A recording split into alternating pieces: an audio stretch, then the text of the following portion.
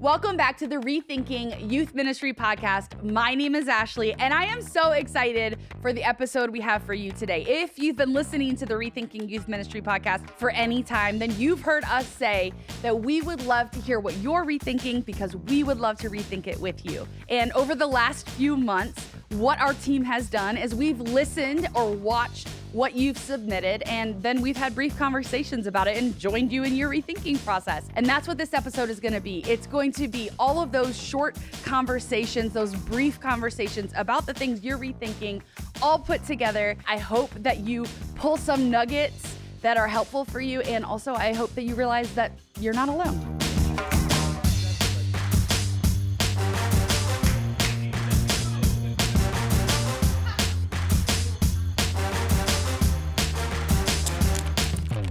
Shout out to our friend Megan in the Chicagoland area for DMing us what you've been rethinking when it comes to youth ministry.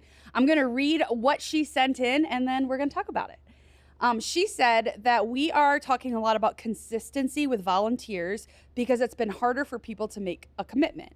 So we are rethinking and evaluating, is it a vision cast issue, or is it something we need to rethink what we are actually asking of them? So how do we make sure in that we don't devalue the importance of consistency, and how do we continue to provide that for our students? So vision cast issue, or are we asking too much of our volunteers? Great question. Yes. Yes, it is both things, right? Because I feel like we've had this conversation with church after church after church of what do we do? Volunteers are not showing up as consistently as they used to. So now we're going to go back to a rotation model, which is great. It makes total sense, except that kids don't need consistency less than they did before the pandemic. They don't need consistency less just because less volunteers are showing up. So there is a vision casting issue. But then on the flip side, as a volunteer, we get asked to do a lot, like a lot. And I don't know that churches are always aware of how many things they're asking the adults in their congregation to do. So it feels like it's a both and, doesn't it? Yes. The two things I think of are, yes, it's a vision casting issue because if you're not really clear on what you're inviting people into, then that either means people are making it up on their own and they don't know what consistency means. Like, have you been that clear of, I want you to show up at this frequency, at this time, whatever the case is. But then the other question is, what are the things that we can break down into smaller asks to allow people to be more consistent? So in other words, like, I don't need a greeter to be at my entire gathering. But if I can get you there for 15 or 20 minutes at the beginning, and then you can go, I have a consistent person who can be there for that 15 or 20 minutes, and then they can leave, and it frees up somebody else who's small group leading or whatever else to just focus on that part of the role. So yes, it means you're looking for more people, but you're looking for more people to do smaller things, and you might actually end up getting the amount of people you need by inviting somebody to something small. Oh, I agree so much on the ask more people to do smaller things. I remember when our church asked for a 4-year commitment, and I was like, I do this for a living, and that is still a lot. Like, that's still a lot to ask. But the minute they said you have a co-leader, which meant they had to recruit double the people, right? But the minute they said you have a co-leader, it was like, oh, okay. So like, I might not have to show up every single week in the busiest seasons of life. There might be a month where I only come twice, and that's fine. And they were like, oh, yeah, that's fine. But somebody's consistent. More people, less asks. I like it. We'll put it on a t-shirt. I'll wear it. No problem. So yeah, about vision though, the one thing I would ask is, how often are you casting your vision and then recasting your vision? Like they say, vision leaks. And so if you're not coming back to it over and over and over again, people probably by the second or third week they're with you have forgotten what the vision is. Like you remember it. As a youth worker, I know exactly what my vision is because I'm living in it and seeing it all the time. I have to remember that when I'm working with somebody who is not thinking about it all the time. This is like the 4th or 5th or 6th thing that they're doing on their long list of stuff. That's good. So coming back to the vision and reminding them of why over and over again is so important. I love that. And I think like having different levels of commitment is important. Like if the only option you have to volunteer in a ministry is to show up every week, I'm like, okay, but like I travel and speak, and I like there's real life things that prevent me from being able to do that. So can I be involved at all? Like if we actually had levels of like, here's where you only have to show up once a month, or here's 3 times a month or whatever, and then you sign up for what you are able to commit to. And then honestly, it's going to be those experiences that make them want to commit more anyways. Right? And so it's kind of like more like a funnel in to the 4-year ask than a initial off the bat. So anyways, Megan, thank you so much for giving us your thoughts and allowing us to be part of what you're rethinking. We can't wait to see where you land and what this looks like for you. So I'm Lisandra Trine, and I am from Life Community Church in Corvallis, and we are rethinking if it is worth it to change our environment, our strategy with our students to engage the one student that we cannot reach to on Sunday mornings. We are thinking if it is worth it to change a whole concept in our room so we can make sure they are engaged, so we can make sure that they are connected, that they can make friends, that they can go deeper on their faith. Is it worth it for just one student? Or should we just let them go through it and just come in on Sunday morning, leave out at the end of the morning, and then just do nothing about it?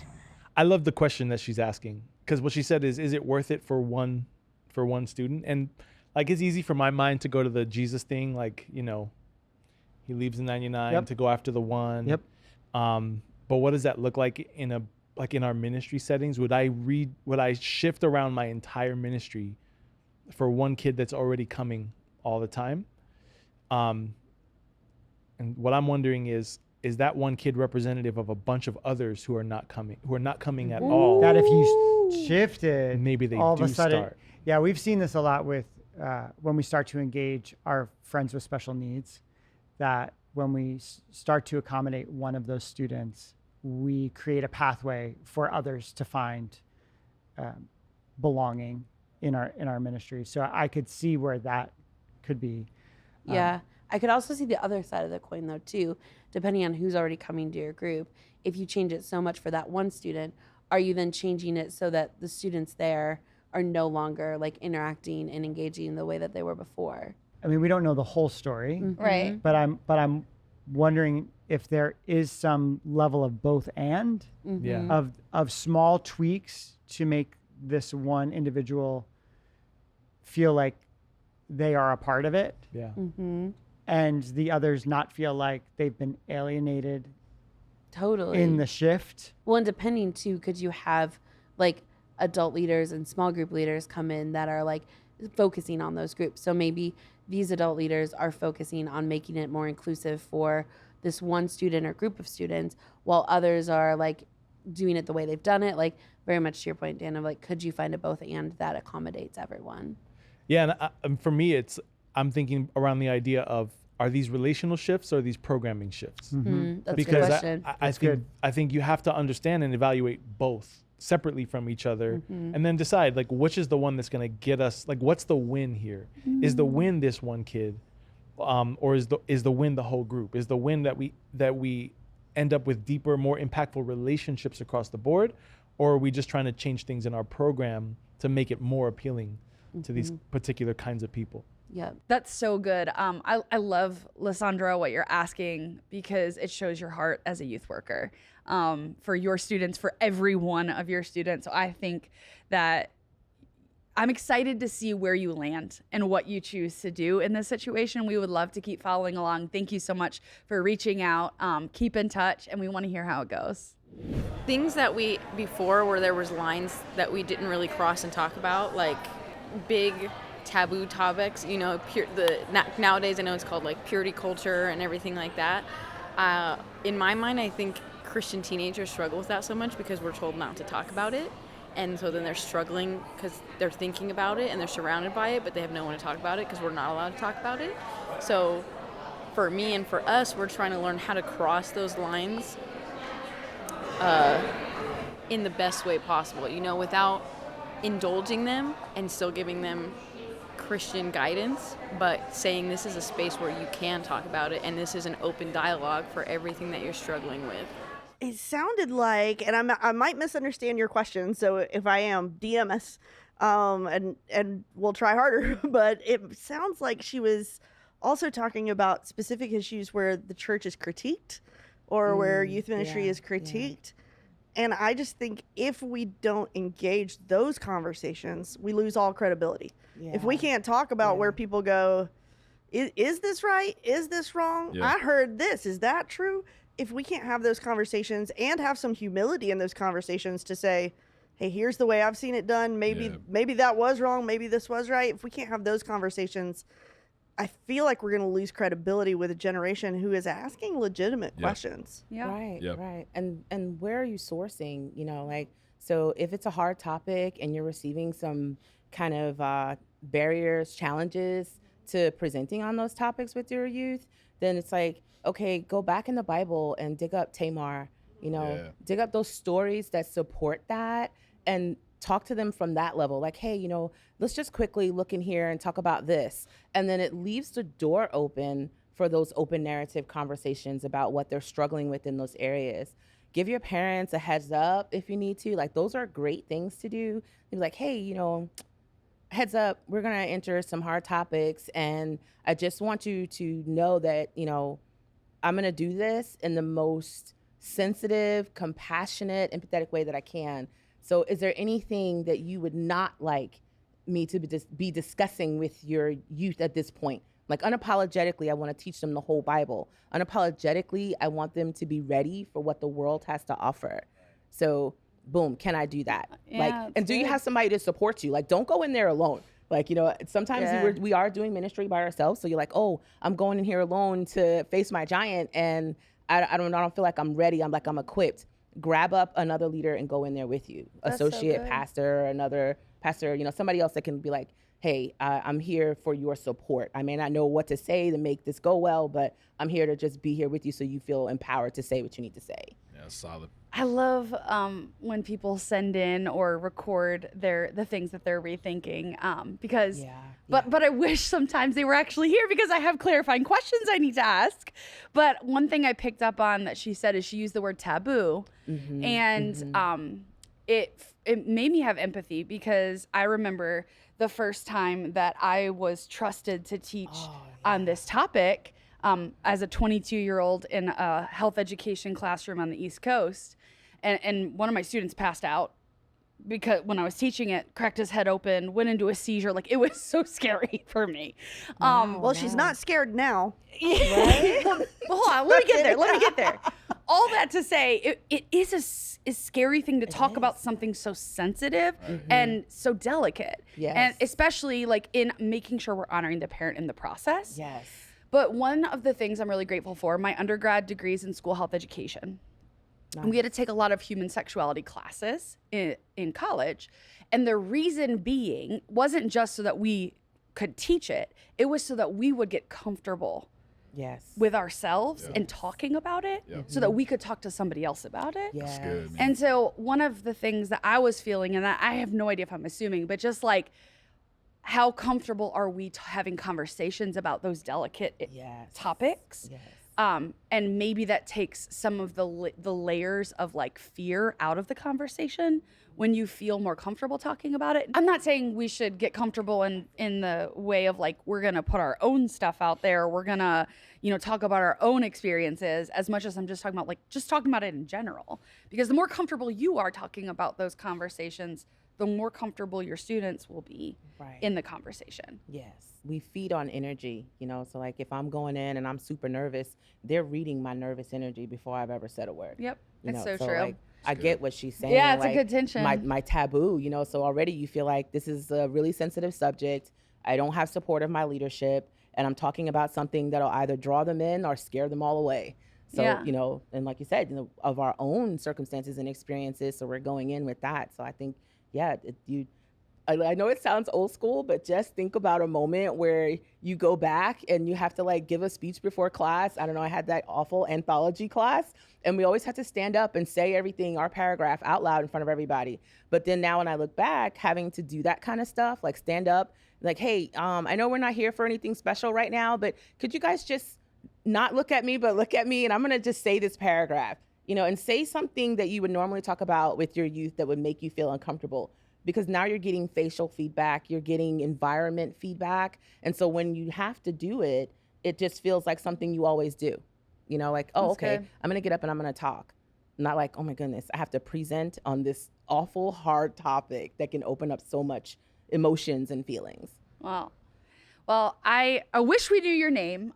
Thank you so much for sharing some of the things that you are rethinking. Your students are so lucky to have you as their leader. The fact that you're rethinking something as delicate as that, man, I can't wait to hear how those conversations continue to develop. We're cheering you on.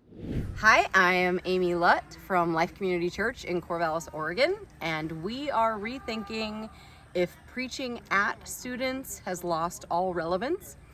And if it has, then do we just stop preaching altogether? Or do we find new ways to inspire students to read the Bible, to learn about the Bible, to know God of the Bible?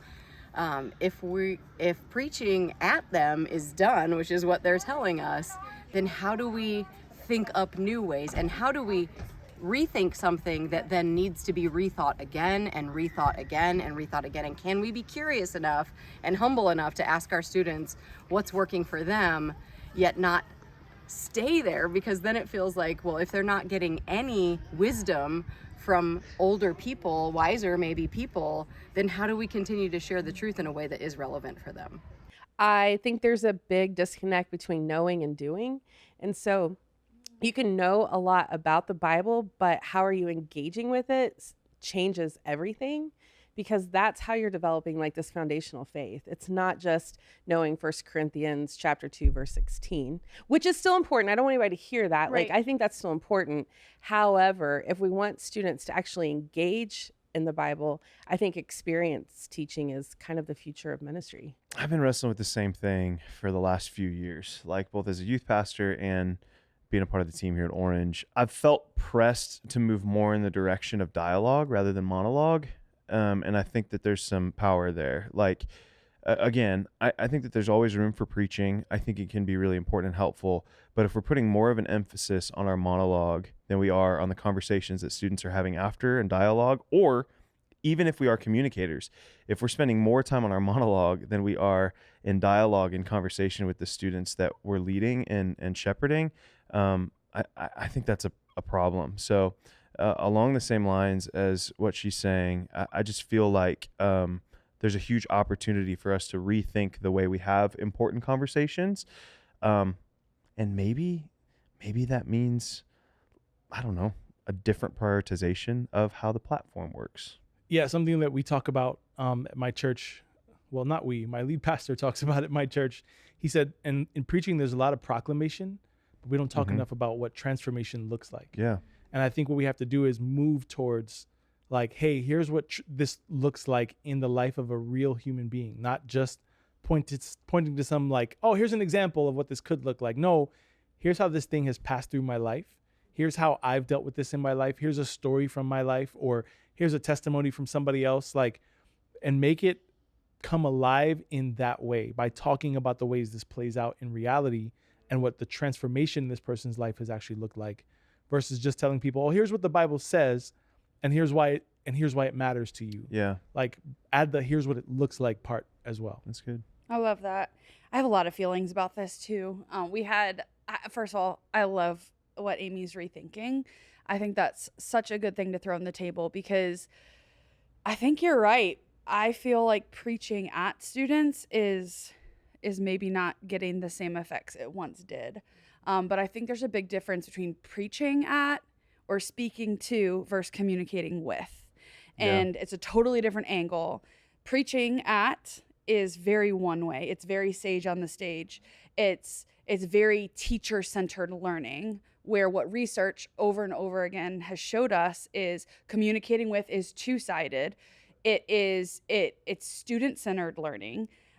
It's not the sage on the stage, but the guide on the side. And so our approach to how we talk about truth has to change, which is terrifying as a communicator, because you have a lot less control. Yeah. And you have to be prepared to roll with it more than say it exactly how you wanted to say it from the start.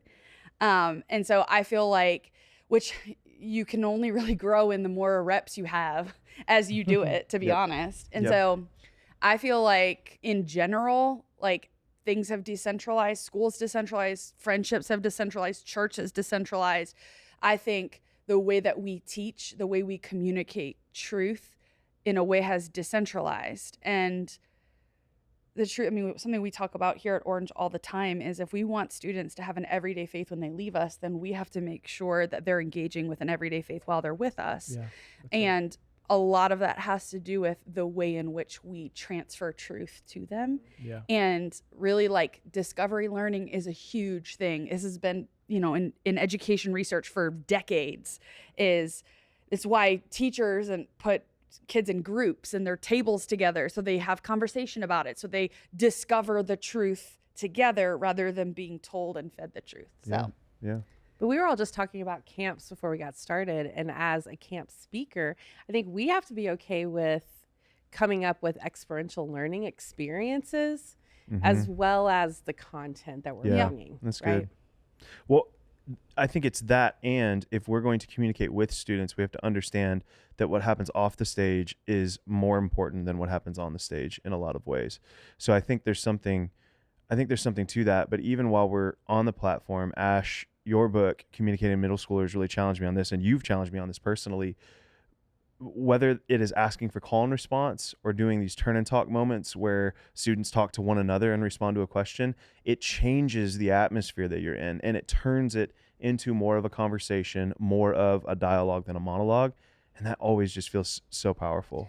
And I think that's where we see the shift from, oh, teenagers have such short attention spans, to, but actually you can keep their interest much longer. Yes. Yeah. If you That's good. engage them and invite them into the learning process rather than allow the learning process to happen to them. Yeah. That's good. It's good. Thank you so much, Amy, for sending in this video. It was so fun to rethink this with you. We can't wait to see how you continue leading your students in your context. Keep in touch. We'd love to hear how it goes. Hi, my name is Michaela, and I work at Resurrection, a United Methodist church in the Kansas City area. One of the things that we are trying to rethink is the concept of students and what historically I've called big church.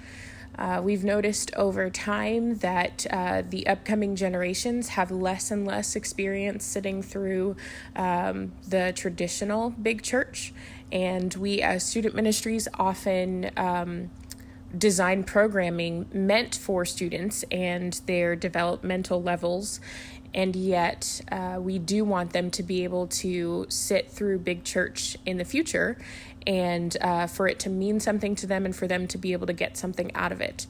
So one of the things we're rethinking is how we can help them connect to those worship services and be able to get something out of it and have it mean something to them. So that's what we're trying to figure out. I am rethinking, or we are rethinking the same exact thing at my church right now, and it gets strangely personal. Have y'all ever felt this? Because I'll just start by saying I feel like it's really on the onus of the adults who lead big church, not on like us and the kids. So that's like my first thought on that. I think that gets like personal, I found. I don't know if it's personal, but top-down leadership matters, because if the person speaking doesn't even think about a student, then the conversation has to shift, right? If you want them to be involved and engaged, then how are we engaging them? And it just can't be, well, they're just going to show up and it's going to be great. Like there needs to be some intentionality behind the communication. But the problem is what you're saying is that we talk about in student ministry, but we're not talking about it as the body of the whole. Yes. Sam Halverson has a book called One Body, and it's about multi-generational worship services. And I think, that's one of the big pieces that he hits on, is that if they're going to be in the service, then how are we engaging them? Yes. That's so and good. Also Fuller has a book called Sticky Faith, that the thing that most stuck out to me about the book was the idea that a common denominator of students that grew up in church and left their home churches and stayed connected to a church was their involvement in intergenerational worship services. The only thing I would add is we should probably take into consideration that, generally speaking, the senior leadership in any faith community, when they stand up on a Sunday, is having to communicate to at least 6, if not 7 generations. So I completely agree with your perspective The other side of it, though, is that is really difficult to, like, it's so much easier to think I'm speaking to middle schoolers and high schoolers versus an entire gamut of generations. True. Which I think is part of the reason there's a difficulty in us connecting teenagers to an intergenerational worship experience. Doesn't diminish the need for it, but maybe it helps provide some understanding of why it's so difficult. Because the best of communicators would have a difficult time doing that well. It's true. And I recently read a study, and I wish I could remember by this year, and I wish I could remember what study it was, but in the next few decades, that there will be about 15 living generations living together and worshiping together, because generations are getting shorter and micro generations are showing up between generations. So if we think it's hard now, it's about to get harder. Right. So I actually love, Michaela, that you guys are all rethinking this. Thank you so much for inviting us into that process. We definitely are going to keep talking about that. We probably should do an entire episode on that very topic. So thank you. Keep us updated. We would love to hear how your thoughts continue to form. Go Chiefs. Hi, I'm Stace Andrews. I pastor a small church in Oregon. I am the lead pastor as well as the youth pastor, and I also work bivocational. One of the biggest problems we face in the youth group is for the kids to get along. We started this youth group in about a year and a half ago, and they come together and they're just really struggling to just get along. So what I'm rethinking is of getting a younger volunteer, a younger someone to come in and help beside me. Certainly a female chaperone. We have more girls in the group than we do guys.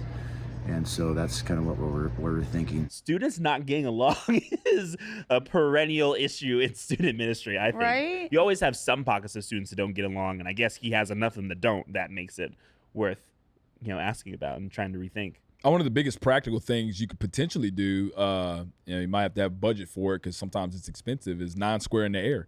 9 square in the air brings a lot of people together. Wow. Those that compete bring a lot of commonality. After a while, they're mad at each other and then they become best friends. And so get 9 square in the air. It's legit. Great. It's legit. Are you an ambassador, influencer? Like, what's happening right now? I wish I was. You getting kickback for this? I wish I was. We're about to buy a second one for the soft folks. But anyway.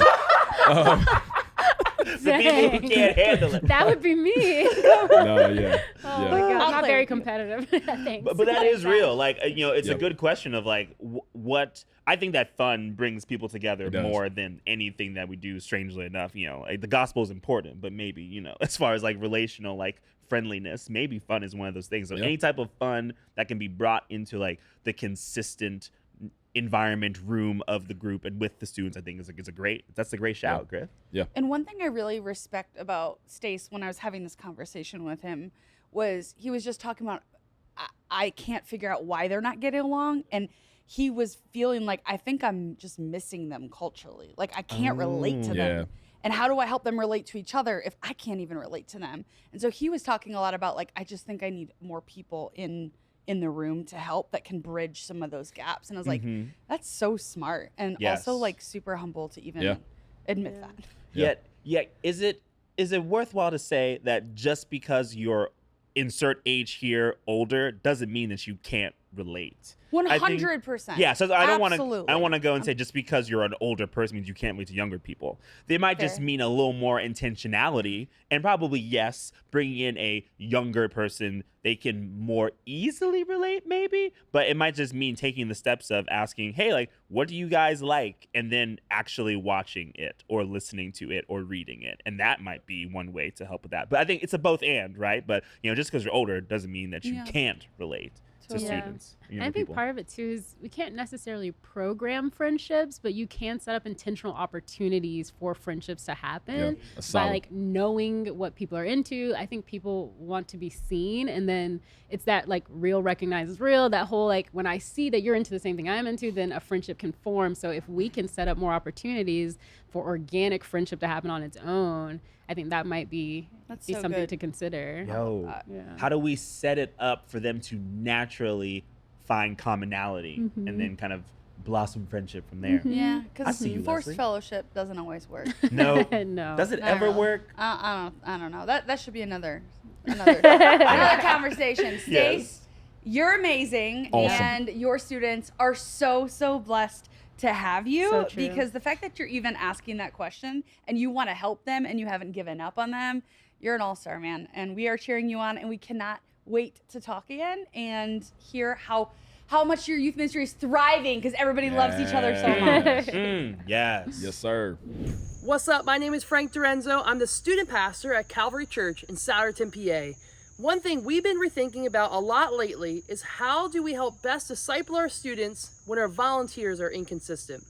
One thing that's been common after the pandemic is it's harder to get more consistent volunteers serving on our teams, especially our Sunday morning middle school programming.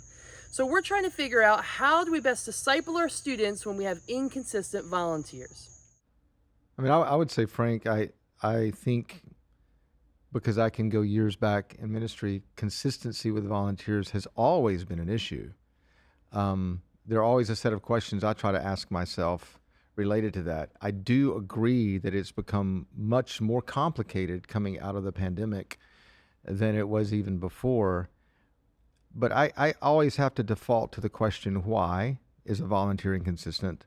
And then I have to follow that up with a question, how consistent am I as a staff member in that volunteer's life? Ooh. I mean, I think one of the things that we can do and turn back on is to go, we've learned some things that a lot of volunteers felt like they were simply being used to show up on Sunday to do our ministry with us.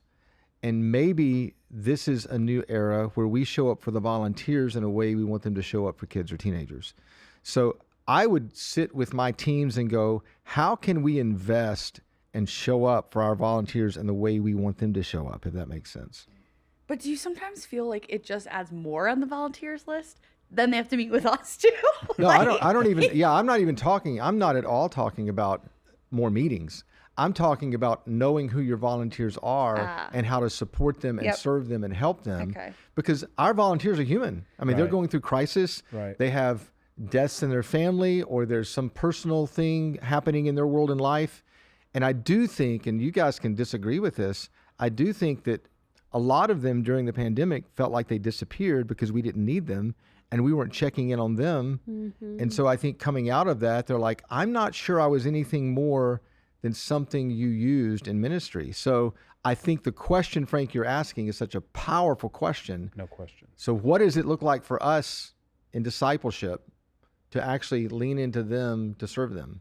That reminds me of this phrase that I used to hear and see at churches a lot that didn't mean anything to me until recently, but this idea that disciples make disciples. And I used to always like, that's just churchy language. But I think since even in my own journey of following Jesus, re-understanding what it means to be a disciple has changed what I think it means for me to show up in other people's lives in a way that makes them show up in other people's lives in a way that makes them show up. And so I think that's what you're getting at is like, are we discipling the people we want to be discipling the people? That's good. Yeah. And I think That's so good. one of the shifts that I went through in the 70s and 80s was a mindset that every leader or volunteer has the potential to pastor, in a sense.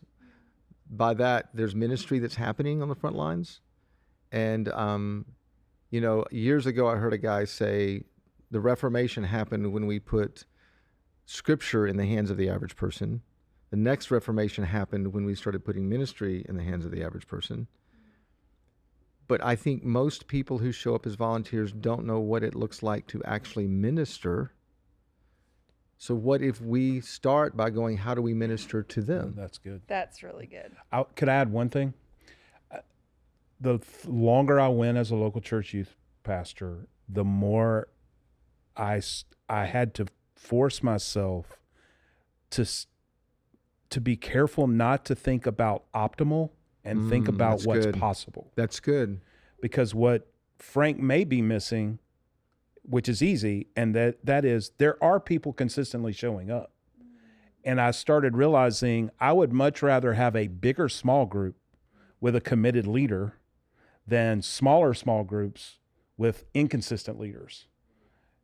And maybe there is power in the fact that he does have people who are being committed. And to all of your point, like, we do want to care for the leader that is being inconsistent. but he does have consistent leaders. And generally speaking, those leaders are the ones that really want to dive in with students. So instead of thinking optimally, think about what's possible. I love that. I'm also curious how tied to, like, your volunteers aren't showing up. How tied is that to the students aren't showing up regularly? So the motivation for a volunteer to keep showing up when your students never show up, that's hard. It's a hard tension to manage. I would just be curious how those numbers play together. But Frank's asking the right question. Yep. I And the agree. question and the discovery of how can we get relationships to be more consistent will move the needle on discipleship. So good, right? I love it. I loved these conversations. Thank you so much for letting us be part of what you're rethinking. It's one of the things I love the most about this podcast. So if you're rethinking something and you want us to have a brief conversation with you, please submit a video, a voice memo, DM us, write us a handwritten letter in the snail mail. Whatever you want to do, we want to hear from you because we would love to keep creating episodes like this one. We'll see you soon.